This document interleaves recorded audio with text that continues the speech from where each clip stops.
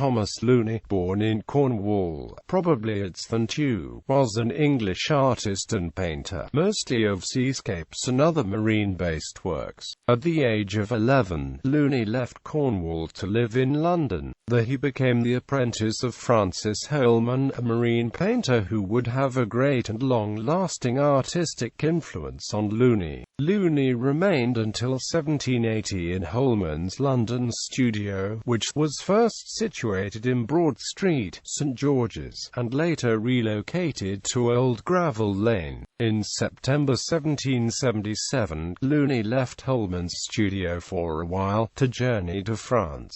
During this particular expedition, Luny almost certainly strayed from France itself. His first exhibited picture in London, seen at the Society of Artists that same year, was given the title A Distant View of the Island of Madeira and Porto Santo, suggesting that an engraving had inspired his choice of subject. Similarly, it is unlikely that Luny was on hand for the Battle of the Nile, 1798, and the bombardment of Algiers, 1816, both of which he illustrated with dramatic atmosphere and credible realism. After leaving Holman's studio in 1780, Luny moved to Leadenhall Street during 1783.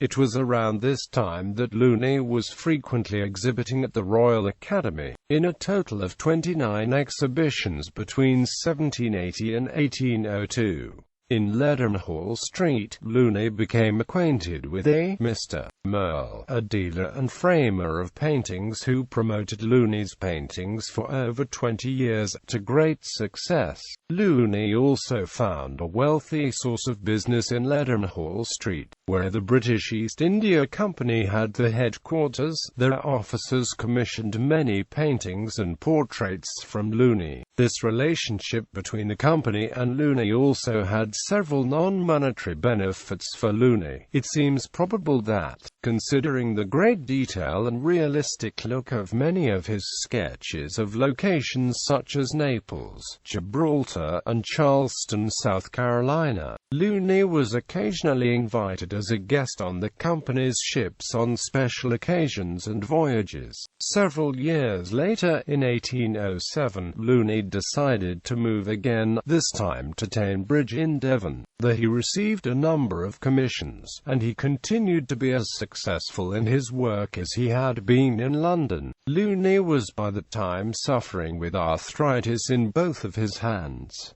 This had no obvious impact on the quality or pace of his artistic work. In fact, of his lifetime of over 3,000 works, over 2,200 were produced between 1807 and his death.